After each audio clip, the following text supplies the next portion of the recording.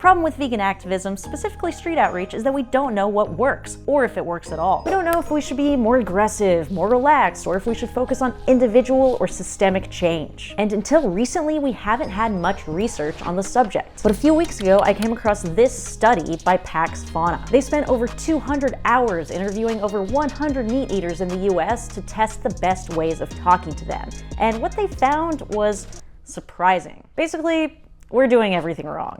In this video, I'm going through what Pax says we're doing wrong, what we should be doing instead, and testing it out on the streets. Our first mistake is talking to people as individual consumers instead of citizens. When people talk about why they still eat meat, they bring up taste, convenience, and culture, but Pax found that the real reason they don't want to change is because they think it won't make a difference. It doesn't matter what I do, because even if I stop eating meat, there are billions of other people who won't. This sense of futility is the biggest reason people ignore the pleas of animal advocates. When we use the consumer frame while leaving out the role of governments and corporations, the sense of futility grows and people can't even imagine how the world could possibly change. They found that there was a better frame, the evolution frame, that we could use that meat eaters would really connect with. This is Damien, and he's going to introduce the evolution frame. The world would be better if society evolved away from using animals for food. So on a scale of 1 to 10, 1 being you completely disagree to 10 being you agree, where would you put yourself? I am gonna go with a 3. This is Jennifer, and when I asked her why she picked a 3, her answer boiled down to culture, and we're going to get into that later. This is Audrey, and she started talking about barbecue before she knew what this interview was about, so I didn't expect her to say this. To be completely honest, it would be great if we could evolve away from using animals for that purpose and instead find some other food source that was just as delicious. But there are so many things, because the thing is, I would like less processed food. Like if there was a way that we could not use animals but then have it also be delicious and less processed and then have, it be tasting good, I'd be all for it. I'm still working. I used to be a vegan. I used to be a fruitarian. So it's hard getting off the meat because the way they kill the animals, right?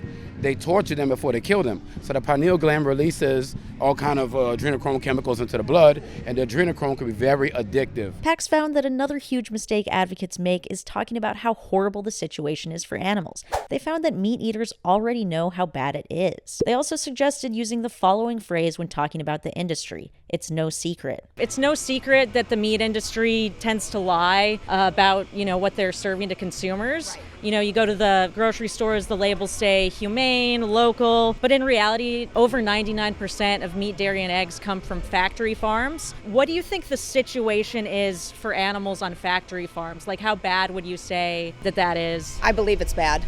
I really do. I go back to what you just said, and I know that, we do buy local at home and as much as possible, but I do understand because it's mass production, right? And you don't know what you're getting. And those animals are treated and slaughtered terribly. The industry is torturing the animals. They're ripping the babies away from the mother. The mother's crying. When you eat that meat of that crying mother, you are what you eat. Your feelings, you get the emotional energy of that. I saw an episode on how eggs are made from the How It's Made series. And at the end, they just said, after a hen has laid 300 or so eggs, that's it. And I just remember thinking, but I enjoy eggs so much. Pax found that this internal conflict between enjoyment and caring about animals bothers meat eaters more than they like to admit. I do think the situation is very terrible. I think if we actually looked into it, no one would want to eat as much meat as we do, which is kind of why we turned a blind eye to it. This avoidance is one of the main defense mechanisms meat eaters use to continue eating meat. The hens, laying a certain number of eggs and then being killed, and that's because their production declines. So yeah, it is kind of like that constant battle between producer and animal welfare. And there's also not really a realistic way for us to feed 8 billion people using animals without putting them in these sort of factory conditions. So that's kind of why we've ended up in the situation we're in. My conversation with Damien kind of went off the rails. You think that animals eat each other because we eat animals? They're our reflection, yes. Okay. They're our reflection. They're showing us who we are. and we're bloodsuckers. So we're going to focus on Jennifer and Audrey for the rest of the video. Animal advocates are calling on governments, food producers, restaurants, and grocery stores to move away from using animals. Notice how I did not mention consumers because we're trying to break people out of the consumer mindset. PAX found that there are a few things that make animal advocates seem out of touch. The first is ignoring how big of a role culture plays when it comes to eating meat. One roadblock is that it's so ingrained in our culture. How do you think about like how it's a part of our culture and reconciling that with like the way that animals are treated? That's a very interesting question. It's a great question. I'm not sure how to answer that. It's super easy for us to dismiss the culture argument by pointing out how culture is a terrible measure for morality and how illogical that argument is, but when we do this, we're ignoring how strong the pull of culture actually is. It's so ingrained in our society that it's very, very hard to move away from that. What we would need to do is normalize people eating other things for dinner and not just having TikTok trends where people are making all these, oh, let's try this cheese and, you know, but I think we would have to just have normal situations where people are viewing content, where people are actually making things that don't contain meat products and just have it be a casual thing. And I think if we do it that way, people are going to be like, huh, that does look good. I wonder what that is. It's hard to get people to envision culture changing, so next I wanted to ask questions that encourage them to think about the ways that culture has already changed. Can you think of any times throughout history where people have come together to change culture? Absolutely. Yeah. I mean, you know, for instance, PETA. I was a big circus goer, not to go off on a tangent, but I was a big circus goer as a child. You know, every year we would go to the Ringling Brothers and Barney Bailey Circus. And then all of a sudden you start hearing about the animals being abused. So there definitely needs to be change. I love how she used an animal-specific example here. The example I kind of like to think about is cigarette smoking, right? Like in the 1950s, everyone was smoking cigarettes. If we had said back then, like, hey, we're going to ban it from restaurants, people would have freaked out. But when society kind of came together and learned more about the effects the industry was having, then a lot of those laws were changed. But yeah, you're right, it's definitely hard to kind of envision. The second way we can avoid seeming out of touch is by bringing up appeals to nature. Eating meat is perceived as natural, you know, animals eat each other. Do you think that means that we should continue animal farming since, you know, our ancestors did it? Well, you know, to say just because our ancestors did it, I think is a very weak excuse, because there are so many things our ancestors did that we shouldn't continue today. I mean, in certain parts of this country, our ancestors probably had slaves. Because something's natural, does that mean it's like right to do? No, it's not right to do. Okay. But I'm not a vegan, so I don't have that mindset, you know? Totally. Yeah, and this is all just to kind of question the way of society, not necessarily you, like as an individual, right. If that makes sense. I don't believe in the plant-based. Okay. I'm very cut off with that because, you know, you want to trade one thing for the other.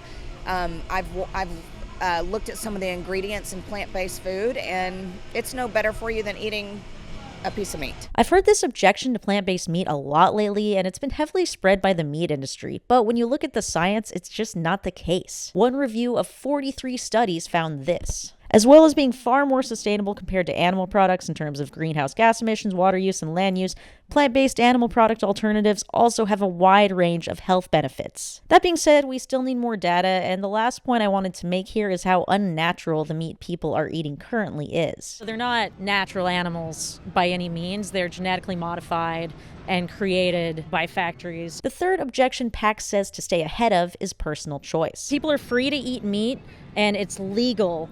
Do you think that someone's choice to eat animals, do you think it affects anyone besides themselves? Well, if you're counting the animals here, then it certainly affects them. I mean, it would affect the farmers in the beginning, the people that are raising the chickens or, you know, the calves and stuff like that, if they chose to eat meat. That's what you asked me, right?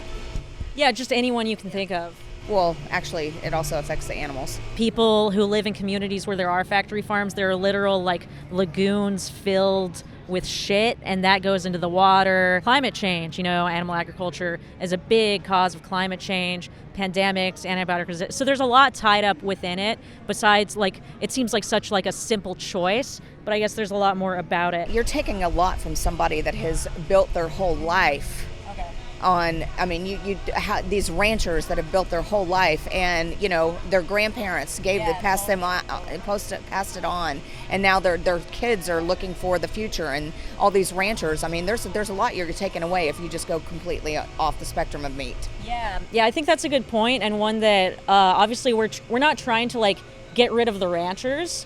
What we're trying to do is change what they're farming. For example, the land, especially in the United States, we don't just have to use it for animal agriculture. We could use it for oats or seeds or nuts or all kinds of different crops. There's this really awesome organization in Texas. It was started by a cattle rancher. It's called Rancher Advocacy Program, and that's what they do is they help farmers transition just to move away from this for the benefit of society as a whole. But yeah, it sounds like you're kind of conflicted because you do care about animals, but you also don't want to give up eating meat. Would that be fair? That's very fair. And I'm more worried about what they're spraying on my vegetables than I am meat. Pesticides. Yes. Yeah. I really am. Sure. And I think an important thing to realize is that a lot of the time those pesticides are used on what the animals are fed as well. So you're getting those pesticides either way. Yes, absolutely. Other things we can do to seem more down to earth is to avoid being judgmental, talk about how inexpensive vegan diets are, and really focus on building rapport. PAX found that when meat eaters hear messages about plant-based eating from vegans, it doesn't really connect with them. But if they hear the same message from another meat eater or an animal, it really seemed to work. Since I'm not a meat eater, I asked them to envision what it would be like to talk to an animal. If animals could talk, they could probably say, come on, man. I know Bob tastes good, but are you serious over here? Can't you just put some seasoning on some kale or some shit and just do that instead? I'm pretty sure if they could talk to us, they probably wonder, why is that a thing? Oh my goodness. Oh, wow. I think that they would say just what a human would say if you were about to, murder a human. Stop. Stop. What are you doing to me? Because they do. And, I have pups, and I know that they understand, and I know that all the other animals understand as well. It would be stop.